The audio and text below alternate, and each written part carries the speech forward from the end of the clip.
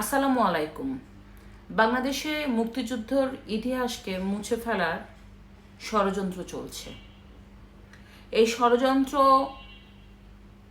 2024-এর গণ অভ্যুত্থানের পর থেকে শুরু হয়েছে, যেখানে 71-কে পছন্দ করা হচ্ছে না, মুক্তিযুদ্ধের ইতিহাসকে তুচ্ছ-তাচ্ছিল্য করা হচ্ছে, যেখানে মুক্তিযুদ্ধের উপরে জুলাইকে জায়গা দিতে চাচ্ছে, যেখানে সংবিধানের উপরে জুলাইয়ের সনদকে জায়গা দিতে চাচ্ছে।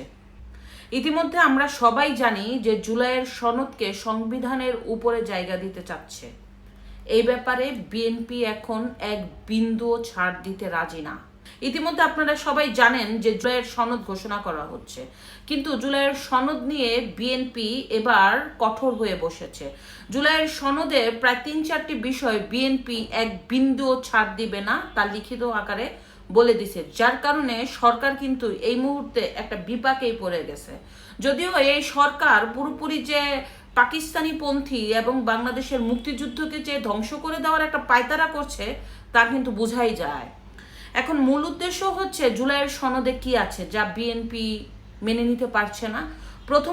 প্রথমতই হচ্ছে জুলাইয়ের সনদকে তারা সংবিধানের উপরে জায়গা দিতে চাচ্ছে। জুলাইয়ের সনদের ভিত্তিতেই আগামী নির্বাচন চাচ্ছে এনসিপি, জামাত, এবি পার্টি সহ অন্যান্য দল, বিএনপি এবং সমমননা দলগুলি ছাড়া। কিন্তু বিএনপি চাচ্ছে যে জুলাইয়ের সনদ কখনোই সংবিধানের উপরে জায়গা পাবে না। দ্বিতীয়ত হচ্ছে জুলাইয়ের সনদ নিয়ে আইনগতভাবে আদালতে কোনো প্রশ্ন তোলা যাবে না। এ ব্যাপারটি খুবই হাস্যকর বিষয় যে পৃথিবীতে এমন কোনো বিষয় নেই যে বিষয়ের ব্যাপারে কোনো প্রশ্ন করা যাবে না, অথচ জুলাইয়ের সনদটাকে এমনভাবে তৈরি করেছে এবং এমনভাবে তারা অঙ্গীকার করতে চাচ্ছে যে জুলাইয়ের সনদ নিয়ে ভবিষ্যতে আদালতে কোনো প্রশ্ন করা যাবে না। মানে জুলাইয়ের সনদ নিয়ে যা হয়েছে এবং জুলাইয়ের সনদে যা যা বলা হয়েছে সব সত্য এবং সব ঠিক।